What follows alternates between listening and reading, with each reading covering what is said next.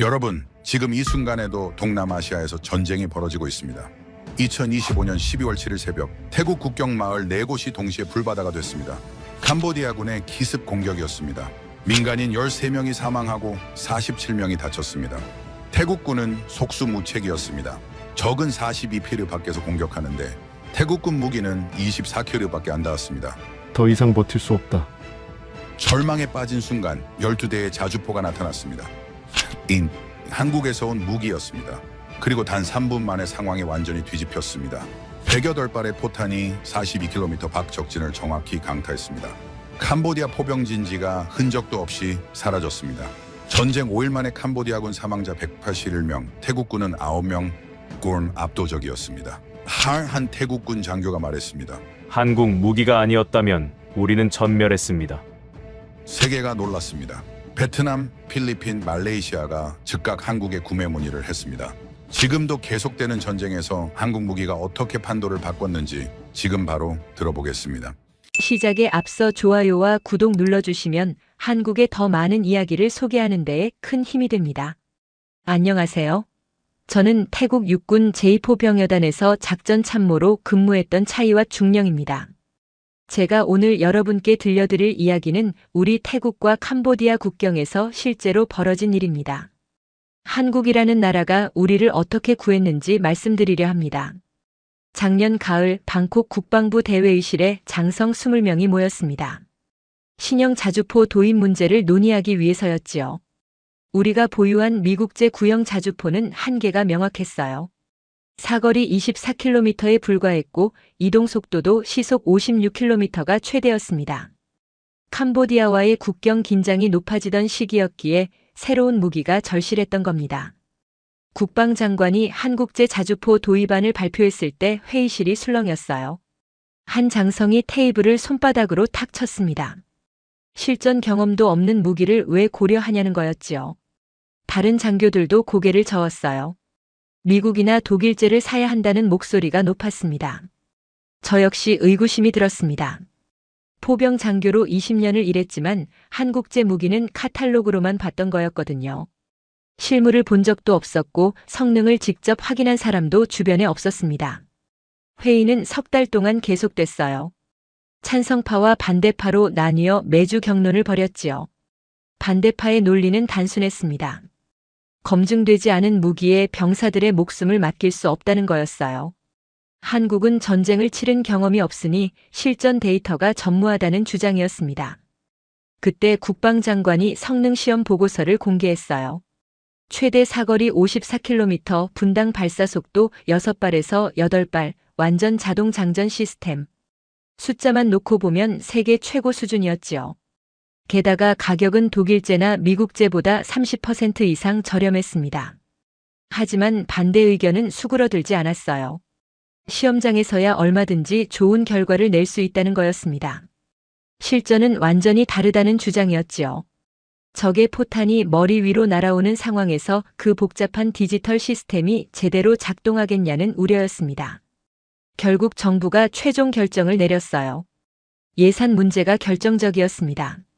한국제 자주포 12대를 도입하기로 계약서에 서명했지요. 소식이 알려지자 주변국 반응이 차갑더군요. 베트남 국방부 관계자는 우리를 실험 대상이라 비웃었습니다. 싱가포르 언론은 태국이 돈을 아끼려고 검증 안 된 무기를 선택했다고 보도했어요. 미국 무관도 우려를 표했지요. 실전 데이터 없는 무기는 위험하다는 말이 계속 들렸습니다. 솔직히 저도 불안했어요. 만약 전쟁이 터지면 저 무기로 우리 병사들을 지켜야 하는데 과연 카탈로그대로 작동할까 싶었거든요. 몇 달 뒤 한국에서 자주포가 도착했습니다. 치앙마이 공군기지 활주로에 대형 수송기가 내렸고 거기서 자주포들이 내려왔어요. 처음 실물을 봤을 때 느낌이 묘했습니다. 생각보다 훨씬 컸고 표면이 매끄럽더군요. 각진 디자인이 인상적이었어요. 한국 기술진 6명이 함께 왔습니다. 석 달 동안 우리 포병들을 훈련시켰지요. 처음엔 모두가 어색해했어요. 미국제만 다루던 병사들이 새로운 시스템을 익히려니 힘들어 보였습니다. 그런데 시간이 지나면서 분위기가 달라졌어요. 자동 장전 시스템이 예상보다 훨씬 빨랐습니다. 기존 자주포는 병사 4명이 손으로 포탄을 들어 올려 장전했는데 한국제는 버튼 하나로 해결됐거든요. 15초 만에 3발을 연속으로 장전할 수 있었지요. 사격 통제 시스템도 놀라웠습니다. 디지털 화면에 좌표만 입력하면 포신이 자동으로 각도를 맞췄어요. 예전에는 계산기로 각도를 계산하고 수동으로 포를 조정했는데 이제는 30초 안에 모든 준비가 끝났습니다. 실사격 훈련이 있던 날을 기억합니다. 목표는 40km 밖에 설치된 표적이었어요. 포탄이 하늘로 날아가더니 정확히 표적 중앙을 맞췄습니다. 오차가 3m도 안 됐지요. 병사들이 환호성을 질렀어요. 저도 놀랐습니다. 이 정도면 실전에서도 충분히 쓸만하겠다 싶었거든요. 하지만 마음 한구석 의구심은 여전했어요. 훈련장과 전장은 다르니까요. 적의 포격이 쏟아지는 상황에서도 저렇게 정확할까 하는 의문이 남아 있었습니다. 여름이 지나고 가을이 왔어요. 캄보디아와의 긴장이 심해졌습니다. 국경에서 작은 충돌이 몇 차례 발생했고 양국 모두 병력을 증강했지요. 우리 부대도 이동 명령을 받았어요. 한국제 자주포 12대를 포함해 전체 포병부대가 동쪽 국경으로 향했습니다. 국경에서 50km 떨어진 곳에 진지를 구축했어요.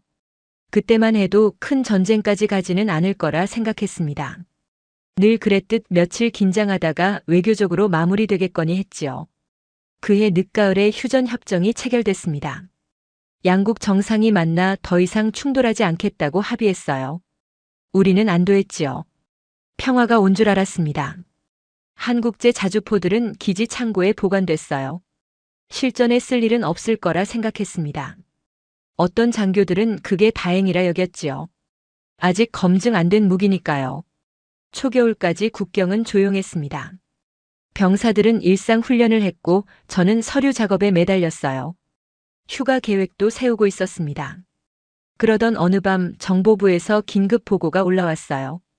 캄보디아군이 국경 지역에 중국제 다연장 로켓을 배치하고 있다는 내용이었습니다. 본부는 경계 태세를 높였지요. 하지만 대부분은 여전히 실제 공격까지 가지는 않을 거라 믿었어요. 휴전 협정 맺은 지 얼마 안 됐는데 설마 싶었거든요. 그날 밤 저는 잠을 설쳤습니다. 뭔가 불길한 예감이 들었어요. 다음 날 새벽 그 예감이 현실이 됐습니다. 새벽 4시 50분이었습니다. 막사에서 자고 있던 저는 이상한 소리에 잠이 깼어요. 처음엔 천둥인 줄 알았습니다. 하지만 너무 규칙적이더군요. 쿵쿵쿵 마치 거대한 북을 연속으로 두드리는 것 같았어요. 밖으로 뛰쳐나갔습니다. 동쪽 하늘을 보는 순간 온몸이 얼어붙었어요.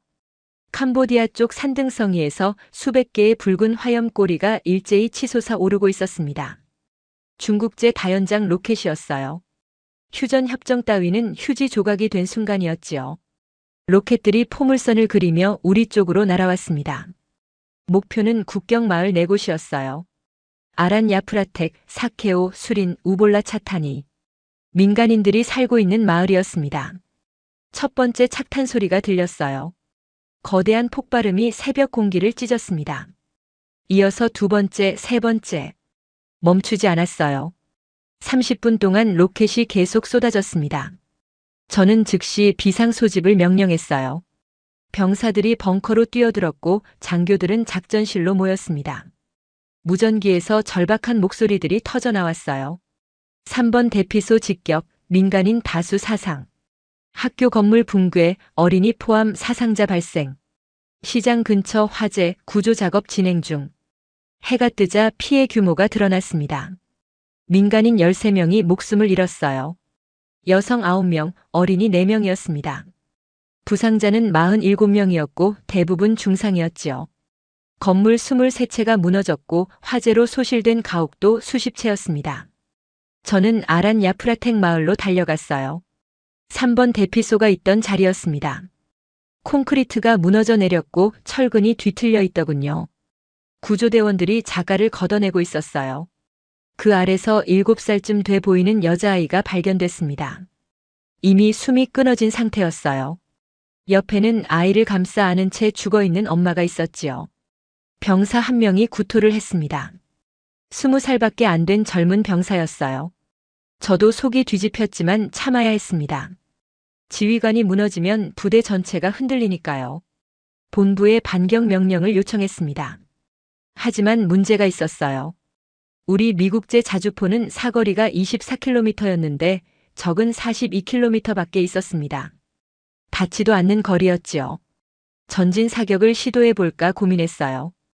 20km를 전진하면 사거리 안에 들어갈 수 있었습니다.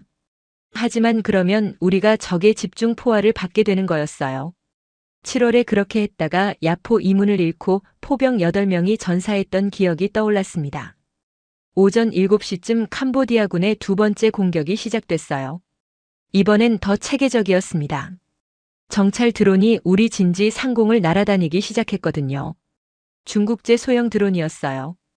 10대가 넘게 머리 위를 맴돌며 우리 위치를 파악했습니다. 병사들이 소총으로 격추를 시도했어요. 한두 대는 떨어뜨렸지만 금방 새 드론이 날아왔지요. 끝이 없었습니다. 드론이 우리 위치를 파악하자 곧바로 정밀 포격이 시작됐어요. 이번엔 로켓이 아니었습니다. 130mm 곡사포였어요. 역시 중국제였습니다. 우리 자주포 진지를 정확히 노리고 쏘기 시작했어요. 첫 번째 포탄이 이번 포대 옆에 떨어졌습니다. 흙먼지가 치솟았지요. 두 번째는 더 가까웠어요. 세 번째가 직격했습니다. 미국제 자주포 한 대가 포탄을 맞고 폭발했어요. 포병 4명이 그 자리에서 전사했습니다. 저는 즉시 진지 이동 명령을 내렸지요. 하지만 문제가 있었습니다. 미국제 자주포는 이동 속도가 느렸거든요. 시속 56km가 최대였어요. 새 진지로 이동하는 동안에도 포탄이 계속 떨어졌습니다. 정오쯤 상황은 더 악화됐어요. 캄보디아군이 국경을 넘기 시작한 겁니다. 중국제 장갑차 20대가 먼지를 일으키며 우리 쪽으로 돌진해 왔어요. 우리 대전차 부대가 대응했지만 역부족이었습니다. 간신히 한 대를 격파했지만 나머지는 계속 전진했지요. 저는 무전으로 항공 지원을 요청했습니다. 하지만 돌아온 답은 실망스러웠어요.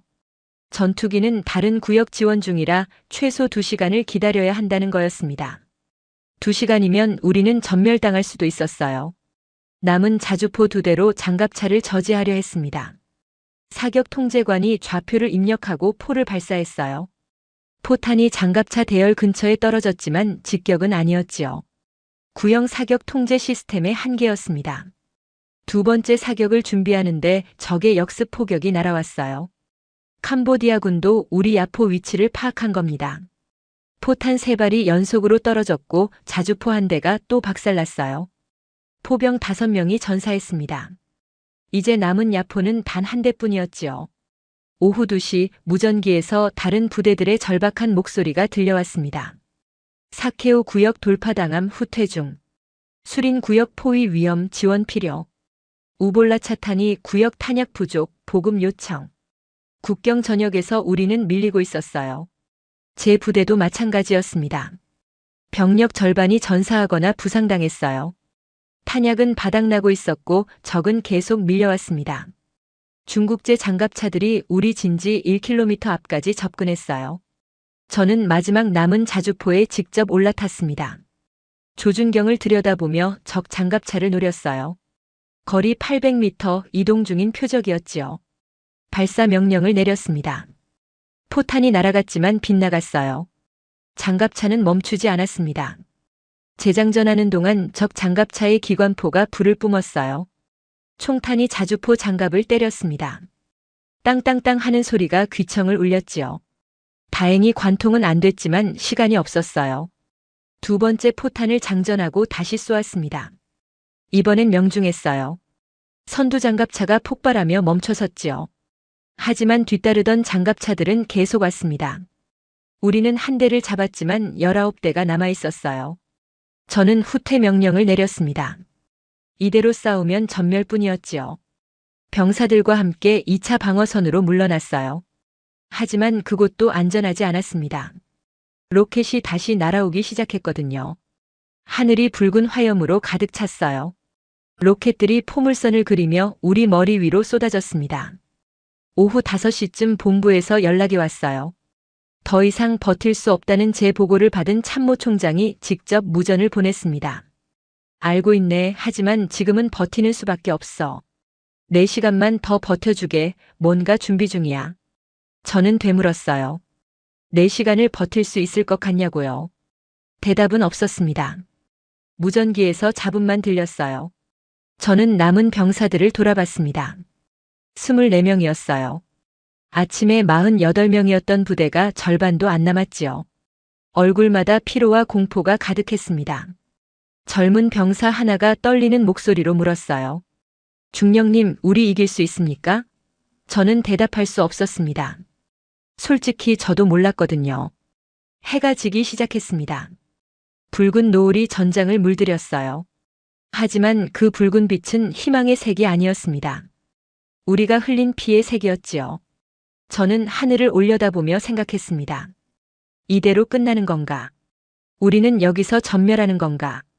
그때 무전기에서 이상한 암호가 들렸습니다. 전군에 고한다, 천둥이 깨어났다, 반복한다, 천둥이 깨어났다. 저는 그 의미를 몰랐어요. 하지만 본부 작전관의 목소리에서 뭔가 달라진 걸 느꼈습니다. 2시간 후 상황이 바뀐다. 현 위치 사수하라. 2시간이라는 시간이 얼마나 길게 느껴질 수 있는지 그날 처음 알았습니다. 오후 7시가 넘어가고 있었습니다. 약속한 2시간이 거의 다 됐지만 아무 일도 일어나지 않았어요.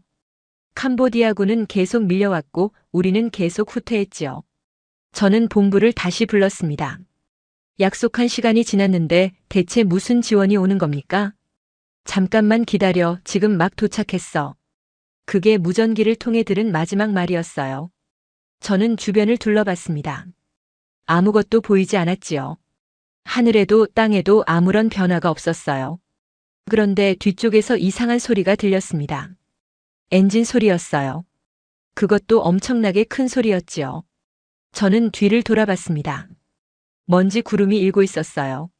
무언가 빠른 속도로 이쪽을 향해 오고 있었습니다. 처음엔 탱크인 줄 알았어요. 하지만 가까이 오니 달랐습니다. 자주포였지요. 그런데 제가 지금까지 본 어떤 자주포와도 달랐어요.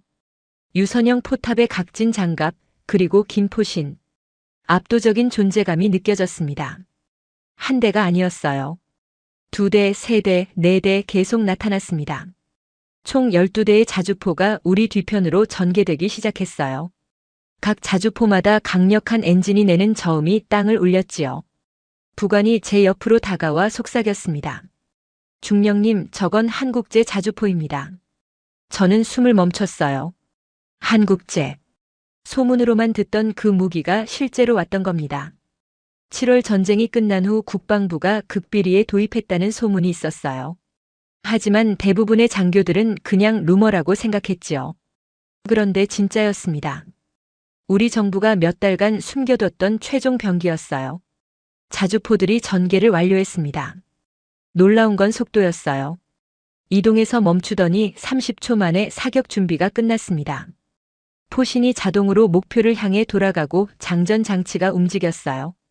미국제 자주포는 이런 준비에 5분이 걸렸거든요. 한 명의 장교가 지프를 타고 왔습니다. 계급장을 보니 대령이었어요. 나이는 저보다 어려 보였지만 눈빛이 예사롭지 않았지요. 그가 저에게 다가와 격려했습니다. 특수포병대대 대대장 프라윗 대령입니다. 차이와 중령님이시죠? 저는 격려를 받으며 고개를 끄덕였어요. 그가 지도를 펼쳤습니다. 적 발사 지점 좌표를 알려주십시오. 저는 좌표를 불러줬어요. 북위 14도, 동경 104도, 거리 42km. 프라윗 대령은 미소를 지었습니다. 충분히 사거리 아닙니다. 한국제 자주포의 최대 사거리는 54km거든요. 54km라고요? 저는 놀라서 되물었습니다. 우리 미국제는 24km도 안 되는데요. 프라윗 대령이 고개를 끄덕였어요. 그래서 우리가 필요했던 겁니다. 이제부터 상황이 달라질 겁니다. 그는 무전기를 들어 명령했습니다. 전 포대 목표 좌표 입력, 적 다연장 로켓 진지, 거리 42km, 동시 타격 사격 준비. 저는 무슨 뜻인지 몰랐어요. 동시 타격이 뭡니까? 시간차 사격입니다. 여러 발의 포탄이 목표 지점에 동시에 떨어지게 하는 사격법이에요. 프라윗이 설명했어요. 한국제 자주포 한 대가 15초에 3발을 쏠 수 있거든요. 각도를 조금씩 바꿔서요. 그럼 3발이 서로 다른 궤도로 날아가다가 목표 위에서 동시에 만나죠. 저는 상상이 안 됐어요. 15초에 3발이라니. 미국제는 1분에 1발도 힘들었거든요. 그럼 12대면? 제가 물었습니다. 프라윗이 웃었어요. 36발이 동시에 떨어지는 겁니다. 자주포들의 포탑이 일제히 목표를 향했습니다. 자동 사격 통제 시스템이 계산을 끝낸 거였어요. 각 자주포마다 디스플레이에 숫자들이 깜빡였지요. 현대식 디지털 장비였습니다. 사격 준비 완료 발사대기. 무전기에서 보고가 들려왔어요. 프라윗 대령은 본부에 확인을 요청했습니다. 작전명 천둥의 심판 승인 요청합니다. 잠시 침묵이 흘렀어요. 그러더니 국방장관의 목소리가 들렸습니다. 승인한다. 캄보디아에게 대가를 치르게 하라. 프라윗이 고개를 끄덕였어요. 전포대 발사. 순간 세상이 흔들렸습니다. 12대의 자주포가 동시에 불을 뿜었거든요. 어마어마한 굉음이 귀를 때렸어요. 미국제와는 비교도 안 되는 화력이었지요. 섬광이 연달아 터지며 밤처럼 어두웠던 저녁이 대낮처럼 밝아졌습니다. 포탄들이 하늘로 치솟았어요. 붉은 불꽃을 뒤에 달고 포물선을 그리며 날아갔지요. 36발의 포탄이 각기 다른 각도로 날아가는 모습이 보였습니다. 마치 불새떼가 날아가는 것 같았어요. 15초 후 두 번째 일제 사격이 이어졌습니다. 또다시 36발이 날아갔어요. 그리고 15초 후 세 번째. 자주포들은 쉬지 않고 포탄을 쏟아냈습니다. 자동 장전 장치 덕분에 포병들은 버튼만 누르면 됐어요. 제 부하들이 넋을 잃고 그 광경을 지켜봤습니다. 누군가 중얼거렸어요. 저게 정말 자주포입니까? 저는 대답할 수 없었습니다. 저도 처음 보는 광경이었거든요. 프라윗 대령이 시계를 봤어요. 착탄까지 40초. 그는 쌍안경을 들어 적진을 바라봤지요. 저도 따라서 봤습니다. 42km 밖이라 직접 보이진 않았지만 곧 뭔가 일어날 거라는 걸 알 수 있었어요. 40초가 지났습니다. 그리고 먼 곳에서 섬광이 터지기 시작했어요. 하나, 둘, 셋이 아니었습니다. 수십 개가 동시에 터졌지요. 첫 번째 동시 타격 사격이 명중한 겁니다. 36발의 포탄이 정확히 같은 순간 캄보디아군 진지에 떨어진 거예요. 굉음이 들려왔습니다. 42km 밖인데도 땅이 흔들렸어요. 거대한 불기둥이 치솟는 게 보였지요. 이어서 두 번째 착탄. 또다시 36발이 동시에 터졌습니다. 세 번째도 마찬가지였어요. 3분 만에 108발의 포탄이 캄보디아군 로켓 진지를 강타했습니다. 저는 망연자실할 수밖에 없었어요. 우리가 하루 종일 당하기만 했는데 한국제 자주포는 3분 만에 반격을 끝낸 겁니다. 무전기에서 정찰 드론의 보고가 들려왔어요. 적 로켓 진지 완전 파괴 확인. 다연장 로켓 12대 전소. 생존자 없는 것으로 보임. 프라윗 대령이 만족스러운 표정을 지었습니다.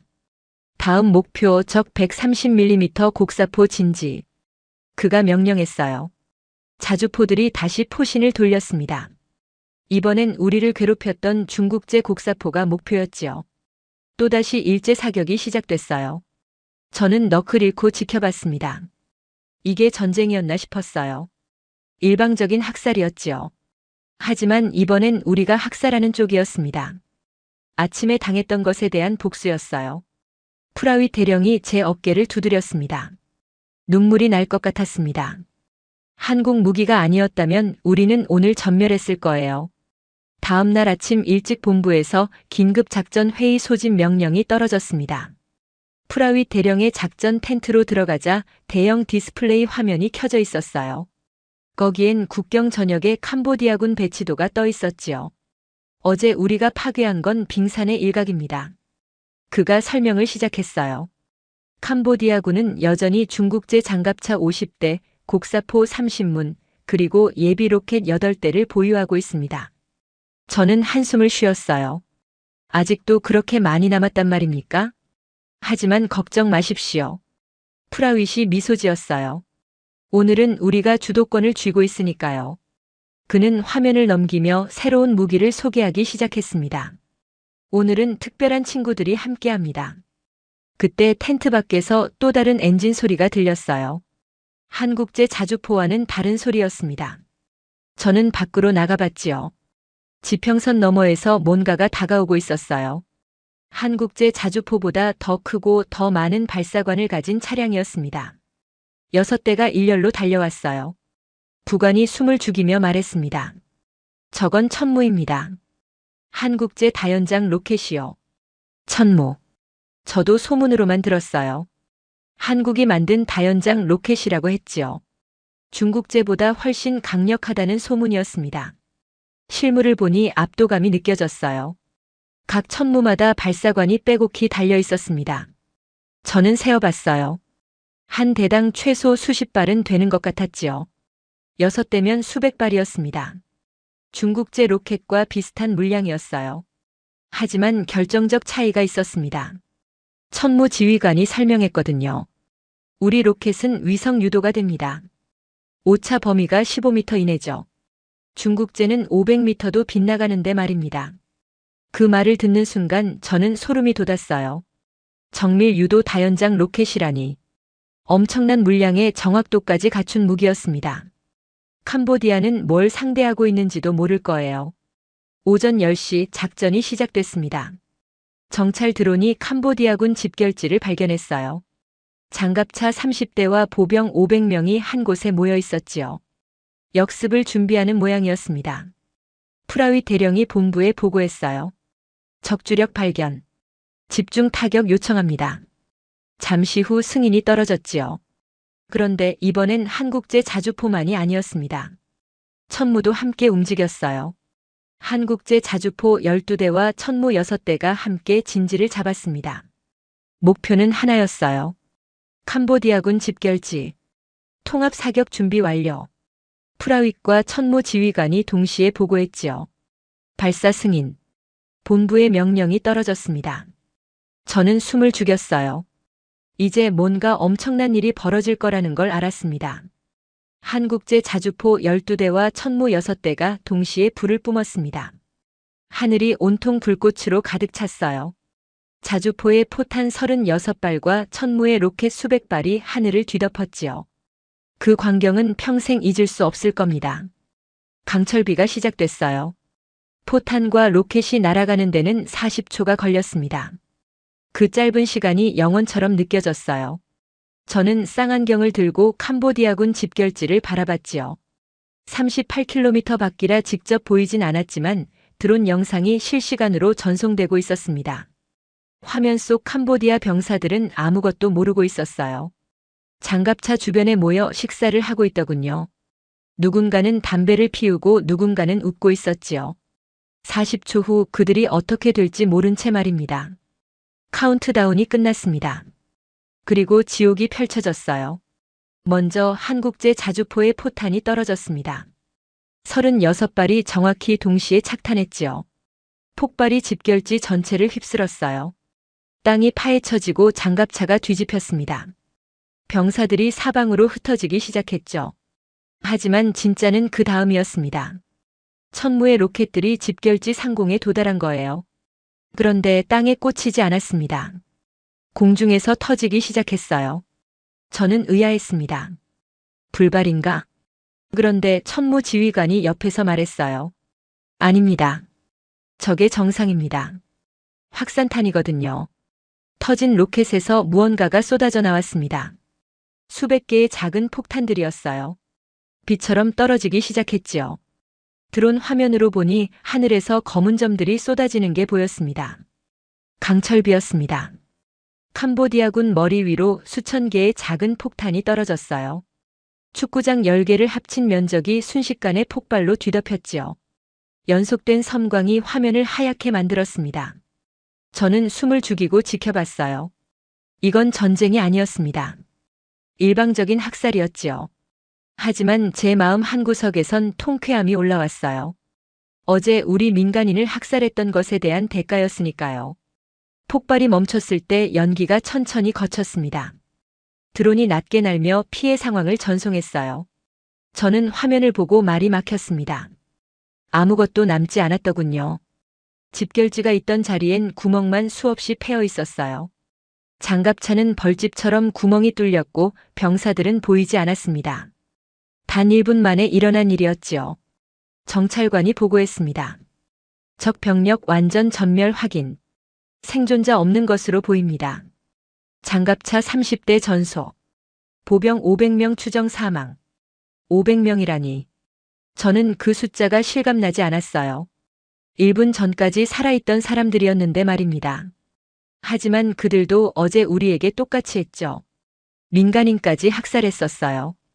프라윗 대령이 무전기로 본부에 보고했습니다. 1차 목표 달성. 적주력 전멸 완료. 2차 목표 이동 준비. 본부에서 새로운 좌표가 전송됐어요. 캄보디아군 보급로였습니다. 한국제 자주포와 천무부대가 다시 움직였어요. 이번엔 동쪽으로 20km 이동했지요. 캄보디아군이 국경으로 물자를 나르는 도로가 있었습니다. 그곳을 차단하면 적은 고립되는 거였어요. 오후 2시쯤 우리는 새 진지에 도착했습니다. 드론이 보급 트럭 행렬을 발견했어요. 중국제 트럭 15대가 줄지어 가고 있었지요. 탄약과 식량을 싣고 있을 겁니다. 천무부대만 출격했습니다. 이번엔 유도탄이었어요. 확산탄과 달리 정밀 타격용이었지요. 한 발당 하나의 목표를 정확히 맞추는 로켓이었습니다. 발사. 천무 6대에서 로켓 18발이 날아갔어요. 목표는 트럭 15대와 앞뒤 호위 차량이었지요. 위성 좌표가 입력된 로켓들은 정확히 목표를 향해 날아갔습니다. 드론 화면으로 지켜봤어요. 로켓들이 하늘에서 내려오더니 정확히 각 트럭을 강타했습니다. 15대가 거의 동시에 폭발했지요. 탄약을 실은 트럭이 연쇄 폭발을 일으켰어요. 오차가 거의 없었습니다. 천무 지휘관의 말대로 15m 이내였지요. 도로는 불바다가 됐지만 주변 숲은 멀쩡했어요. 민간인 마을도 피해가 없었습니다. 정밀 타격의 힘이었어요. 저는 어제를 떠올렸습니다. 캄보디아의 중국제 로켓은 달랐어요. 무차별로 쏟아부었죠. 우리 마을을 초토화시켰고 민간인을 학살했습니다.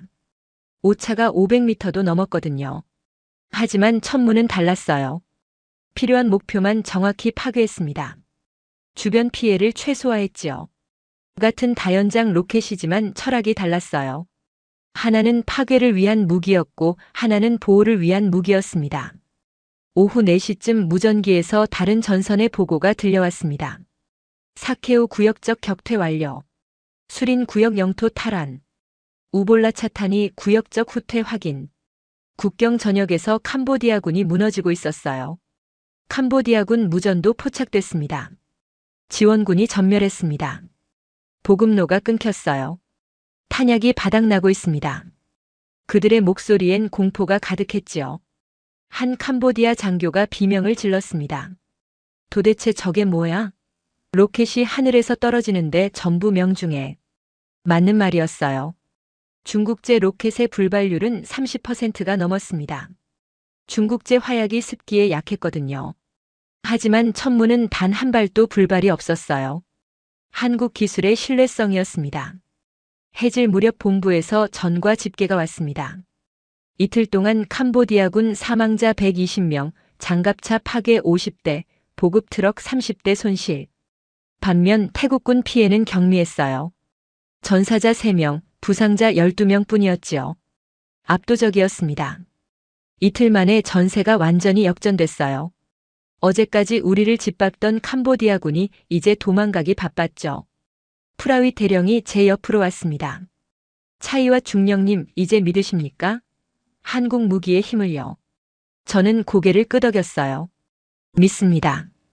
이 무기들이 없었으면 우리 모두 죽었을 겁니다. 그가 미소 지었습니다. 아직 끝나지 않았어요. 내일은 하늘에서 공격이 시작됩니다. 저는 눈썹을 치켜 올렸지요. 하늘에서요? 전투기가 출격합니다. 그리고 특별한 무기를 가지고 있죠. 한국제 유도폭탄이라고 들어보셨습니까? 저는 고개를 저었어요. 프라윗이 설명했습니다. 100km 밖에서 투하해도 오차 3m로 명중하는 유도 폭탄입니다. 100km라고요? 저는 놀라서 되물었습니다. 그럼 캄보디아 대공포가 닿지도 않는 거리 아닙니까? 맞습니다. 그래서 우리 조종사들은 안전하죠. 저는 하늘을 올려다봤어요. 내일이면 캄보디아는 하늘에서도 공격받을 겁니다. 땅에서도 하늘에서도. 그들에겐 도망칠 곳이 없을 거예요. 다음 날 새벽 일찍 치앙마이 공군기지로 이동했습니다.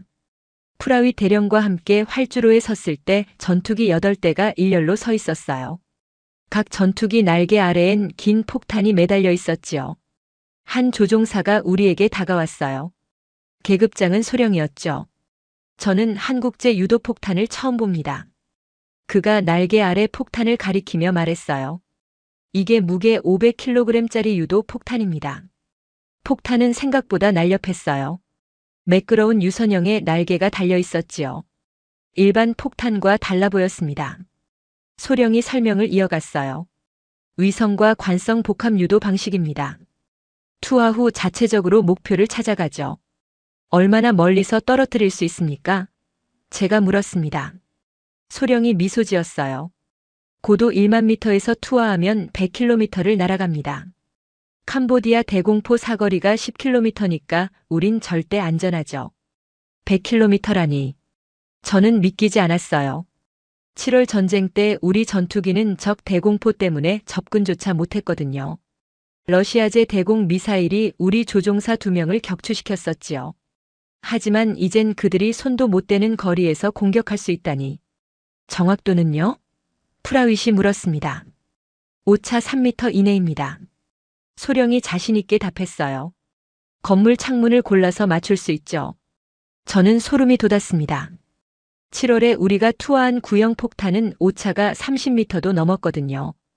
오전 7시 전투기 편대가 이륙했습니다. 엔진 소리가 활주로를 울렸어요. 한 대씩 하늘로 치솟아 올랐지요. 저는 그들이 사라질 때까지 지켜봤습니다. 저 폭탄들이 곧 캄보디아를 강타할 겁니다. 저와 프라윗은 전술작전센터로 돌아왔어요. 거대한 스크린에 실시간 데이터가 표시되고 있었지요. 전투기들의 위치가 점으로 나타났습니다. 국경을 향해 빠르게 이동하고 있었어요. 목표는 3곳이었습니다. 첫째, 캄보디아군 통신소. 둘째, 탄약 집적소. 셋째, 사령부 지휘소. 모두 국경에서 80km 떨어진 곳이었어요. 우리 구형 무기로는 절대 닿지 않는 거리였지요. 전투기 편대장의 목소리가 무전기에서 들려왔습니다. 목표 상공 도달. 고도 1만 미터 유지. 레이더 탐지 없음. 저는 스크린을 응시했어요. 캄보디아는 우리 전투기가 오는 걸 눈치채지 못하고 있었습니다. 유도폭탄 투하 준비. 3, 2, 1 발사.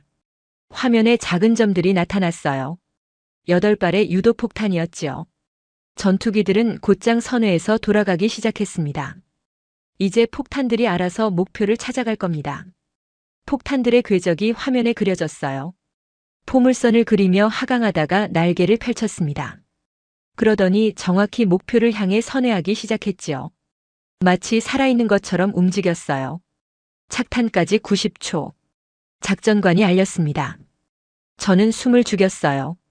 드론이 실시간으로 목표 지역을 촬영하고 있었죠. 캄보디아군 통신소가 화면에 보였습니다. 거대한 안테나탑과 건물들이 있었어요.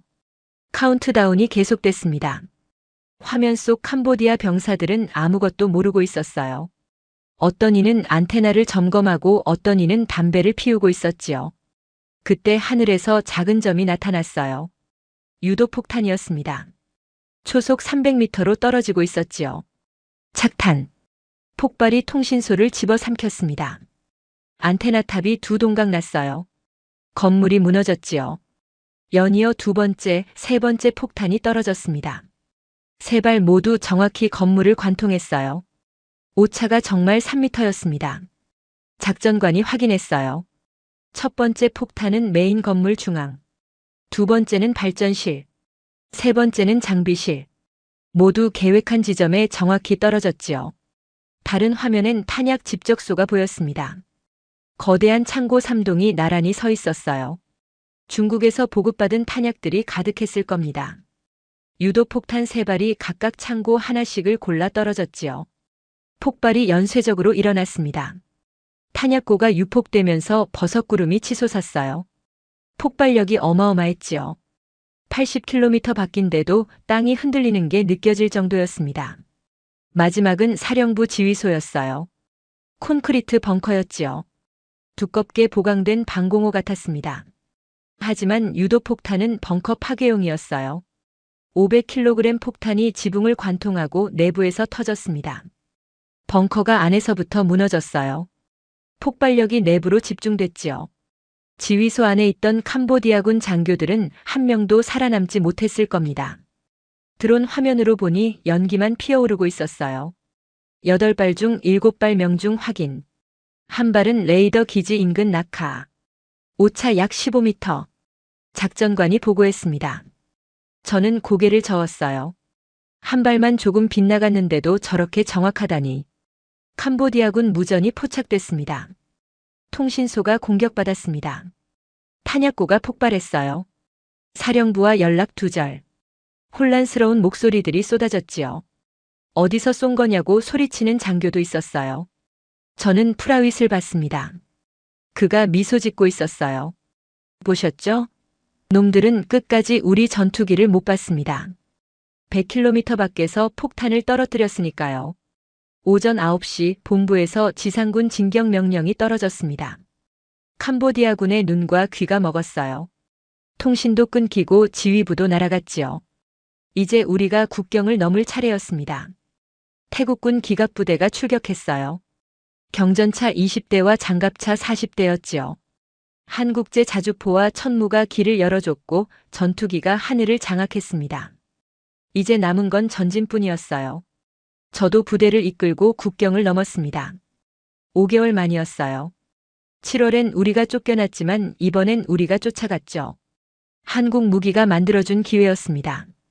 국경을 넘는 순간 느낌이 묘했습니다. 7월에는 캄보디아군 포격에 쫓겨 후퇴했던 바로 그 길이었거든요. 하지만 이번엔 완전히 달랐어요. 우리가 진격하고 있었습니다. 한국제 자주포 12대가 선두에서 길을 열었어요. 적 진지가 발견되면 즉시 포격을 가했지요. 42km 밖에서도 정확히 맞췄습니다. 캄보디아군은 우리가 어디서 쏘는지 알 수조차 없었어요. 첫날 오후에 프레아 비헤아르 지역에 도착했습니다. 7월에 빼앗겼던 그곳이었어요. 11세기에 지어진 힌두 사원이었지요. 태국과 캄보디아가 100년간 싸워온 영토였습니다. 사원은 멀쩡했어요. 우리 공격이 정밀했던 덕분이었지요. 유도폭탄은 군사시설만 파괴했습니다. 주변 민간 건물과 문화재는 건드리지 않았어요. 7월에 캄보디아가 무차별 폭격으로 우리 마을을 초토화시킨 것과는 달랐지요. 둘째 날에는 더 깊숙이 진격했습니다. 캄보디아군이 방어선을 구축하려 했지만 소용없었어요. 천무의 정밀 타격이 그들의 진지를 하나씩 제거했지요. 로켓 한 발 한 발이 정확히 목표를 맞췄습니다. 오차 15m 이내라는 게 얼마나 대단한 건지 그때 실감했어요. 적 진지만 정확히 파괴하고 주변 마을은 피해가 없었습니다. 민간인 사상자도 최소화됐지요. 전쟁을 하면서도 민간인을 보호할 수 있다는 게 놀라웠습니다. 셋째 날 저녁 캄보디아군이 마지막 반격을 시도했어요. 예비 병력 300명과 중국제 장갑차 15대를 투입했지요. 하지만 너무 늦었습니다. 우리는 이미 그들의 움직임을 드론으로 파악하고 있었거든요. 한국제 자주포가 먼저 포격을 시작했어요. 45km 밖에서 날아온 포탄이 장갑차 대여를 강타했지요. 이어서 천무가 확산탄을 발사했습니다. 하늘에서 수천 개의 작은 폭탄이 쏟아졌어요. 캄보디아군의 마지막 반격은 30분 만에 끝났습니다. 장갑차 15대 전부 파괴됐고 병력 대부분이 전사했지요.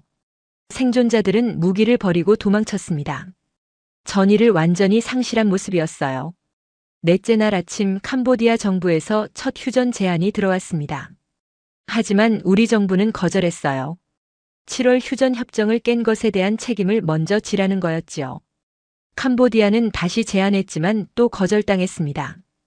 그날 오후에 저는 아란 야프라텍 국경 마을로 돌아갔어요. 일주일 전 캄보디아군 로켓에 맞아 폐허가 됐던 그곳이었습니다. 주민들이 조금씩 돌아오기 시작했더군요. 한 주민이 저에게 달려와 말했어요. 중령님 감사합니다. 우리를 지켜주셔서요. 저는 고개를 저었습니다. 저희가 아닙니다. 한국이 도와준 겁니다. 그 주민이 고개를 갸웃했어요. 한국이요? 네, 한국 무기들이 우리를 구했습니다. 저는 설명했어요. 한국에서 만든 자주포와 로켓, 유도폭탄이 없었다면 우리는 캄보디아군을 막을 수 없었을 겁니다. 그 주민은 고개를 끄덕이며 한국에 감사하겠다고 했지요. 다섯째 날 전쟁은 사실상 끝났습니다. 캄보디아군은 더 이상 저항하지 못했어요. 본부에서 최종 전과 집계가 왔습니다. 5일간 캄보디아군 사망자 181명, 장갑차 파괴 72대, 야포 41문 손실, 보급 차량 80대 격파. 반면 태국군 전사자는 9명이었습니다. 압도적이었지요. 한국제 자주포의 장거리 화력, 천무의 정밀 타격, 유도폭탄에 보이지 않는 공격. 새 무기가 삼박자로 캄보디아군을 무너뜨렸어요. 중국제 무기들은 속수무책이었지요. 사거리도 짧았고 정확도도 떨어졌습니다. 무엇보다 신뢰성이 문제였어요. 중국제 로켓은 30%가 불발이었지만 한국제는 단 한 발도 불발이 없었습니다. 무전기에서 해군 보고가 들려왔습니다. 호위함 푸미폰 아두냐댓이 캄보디아 해안을 봉쇄 중이라고 했어요. 중국 보급선들이 접근조차 못한다는 거였지요. 캄보디아는 완전히 고립됐습니다. 그날 저녁 캄보디아 정부에서 긴급 성명이 나왔습니다. 휴전 협상을 요청한다는 내용이었어요. 단 5일 만이었죠. 7월 전쟁은 한 달을 싸웠는데 말입니다. 프라윗 대령이 무전으로 말했습니다. 차이와 중령님 축하합니다. 저는 미소 지었어요. 축하는 무슨요? 한국이 이긴 겁니다. 우리는 그저 한국 무기를 사용했을 뿐이에요. 밤이 됐습니다.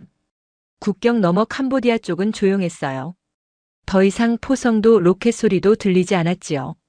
한국 무기가 만들어준 평화였습니다. 어느 날 저는 방콕 국방부에 소환됐습니다.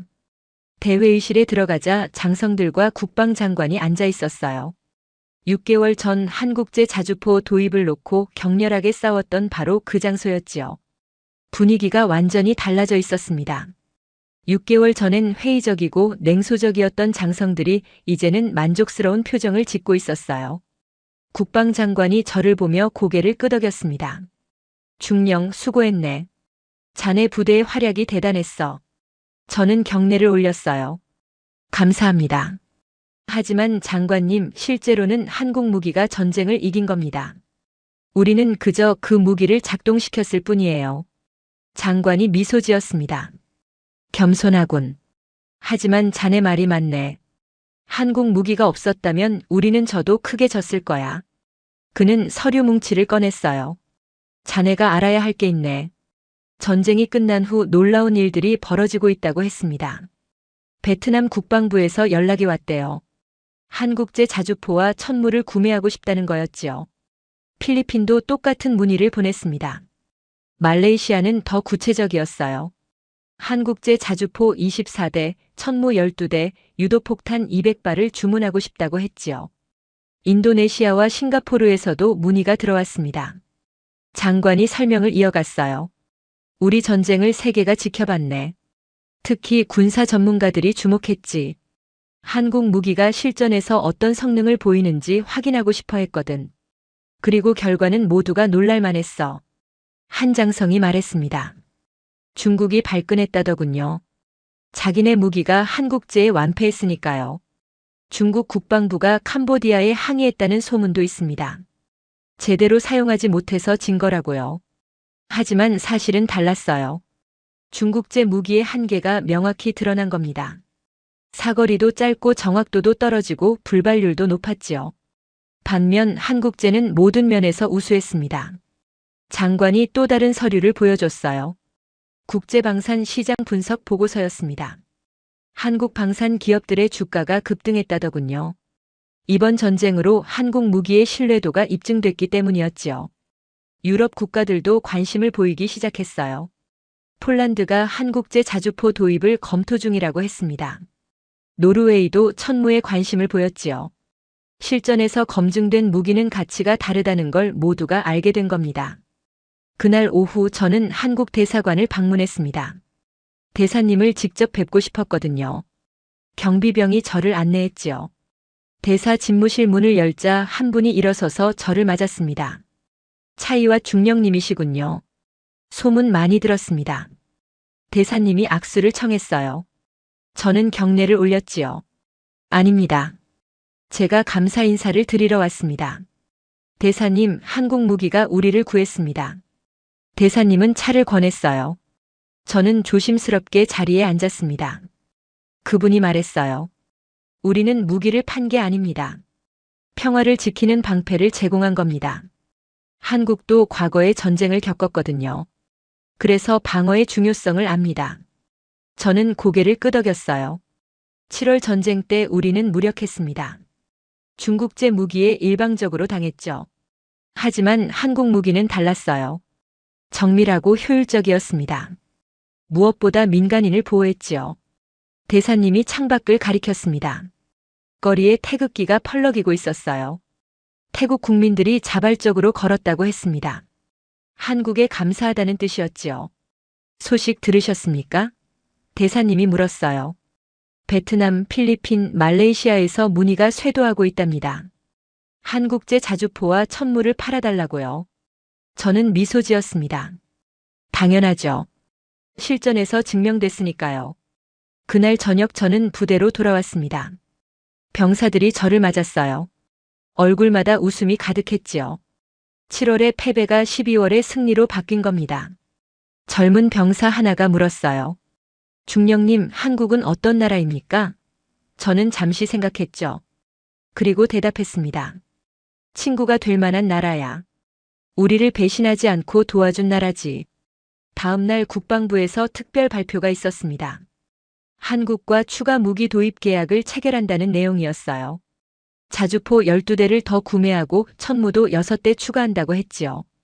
발표를 지켜보던 제 옆에 프라윗 대령이 섰습니다. 이제 시작입니다. 그가 말했어요. 동남아 전역이 한국 무기에 주목하고 있어요. 우리가 증명했으니까요. 저는 고개를 끄덕였습니다.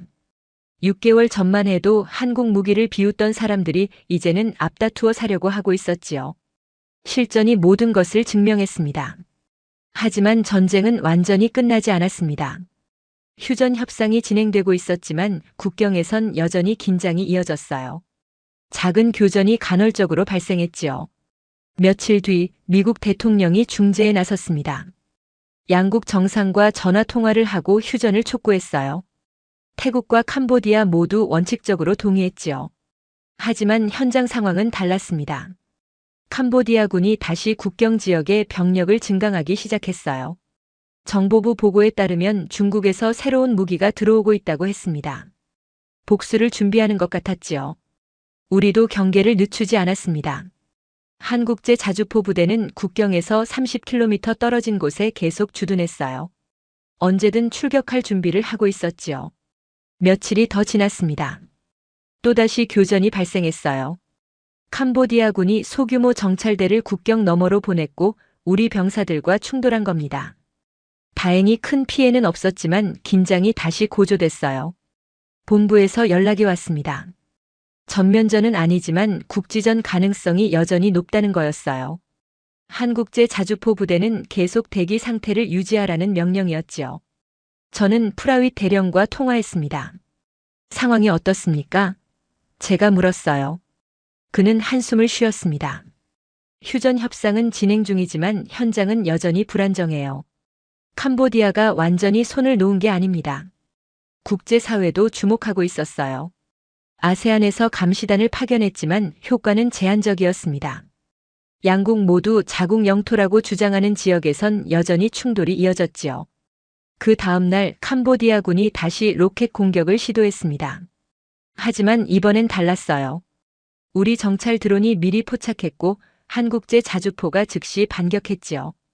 캄보디아 로켓 진지가 발사도 하기 전에 파괴됐습니다. 그 후로 캄보디아는 조심스러워졌어요. 한국 무기의 위력을 다시 한번 확인했기 때문이었지요. 하지만 완전히 포기한 건 아니었습니다. 여전히 국경 지역에 병력을 배치하고 있었어요. 지금 이 순간에도 국경에선 긴장이 계속되고 있습니다. 40만 명의 난민이 아직도 집으로 돌아가지 못하고 있어요. 학교와 사원 바닥에서 잠을 자고 있지요. 하지만 한 가지는 확실합니다. 한국 무기 덕분에 우리는 더 이상 일방적으로 당하지 않는다는 겁니다.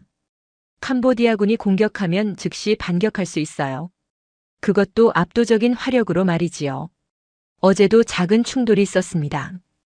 캄보디아군이 박격포를 쏘았고 우리는 한국제 자주포로 응답했어요. 30초 만에 사격 준비가 끝났고 3발의 포탄이 정확히 적 진지를 강타했지요. 캄보디아군은 즉시 철수했습니다. 이게 지금 우리 상황입니다. 전쟁은 끝나지 않았어요. 휴전도 불안정하지요. 하지만 우리는 더 이상 두렵지 않습니다. 한국이라는 든든한 친구가 있으니까요. 몇 달 전만 해도 한국 무기를 의심했던 제가 이제는 확신합니다. 한국은 믿을 수 있는 나라예요. 그들이 만든 무기는 실전에서 완벽하게 작동했지요. 밤하늘에 별이 떴습니다. 국경 너머를 바라보니 여전히 긴장감이 감돌았어요. 하지만 예전과는 다릅니다. 우리에겐 한국 무기가 있으니까요. 젊은 병사 하나가 제 옆으로 왔습니다. 중령님, 또 공격받으면 어떡합니까? 저는 한국제 자주포를 가리켰어요. 저것들이 있잖아. 걱정 마. 병사가 안심한 표정을 지었습니다. 저도 미소 지었어요. 몇 달 전만 해도 상상도 못했던 일이었지요. 한국이라는 나라가 우리를 이렇게 지켜줄 줄은요. 오늘도 국경에선 긴장이 이어지고 있습니다. 내일도 마찬가지일 겁니다. 언제 다시 전면전이 벌어질지 아무도 모르지요. 하지만 한 가지만은 확실합니다. 한국 무기가 있는 한 우리는 버틸 수 있습니다. 아니, 버티는 게 아니에요. 이길 수 있습니다. 실전이 그걸 증명했으니까요. 저는 하늘을 올려다보며 중얼거렸습니다. 대한민국 감사합니다. 당신들 덕분에 우리가 살았습니다. 언젠가 보답할 날이 올 겁니다. 바람이 불었어요. 따뜻한 바람이었습니다. 한국이라는 먼 나라가 만들어준 희망 같았지요. 저는 병사들을 돌아봤습니다. 이제 이 아이들이 조금은 편하게 잘 수 있을 겁니다. 한국이라는 친구가 우리 곁에 있으니까요. 오늘 사연은 여기까지입니다. 태국 캄보디아 전쟁, 한국 무기가 바꾼 5일간의 기적 어떠셨나요? 사연의 주인공에게 응원의 댓글을 남겨주세요. 지금까지 감동정거장에서 사연 전해드렸습니다. 사연이 마음에 드셨다면 좋아요와 구독 부탁드립니다. 시청해주셔서 감사합니다.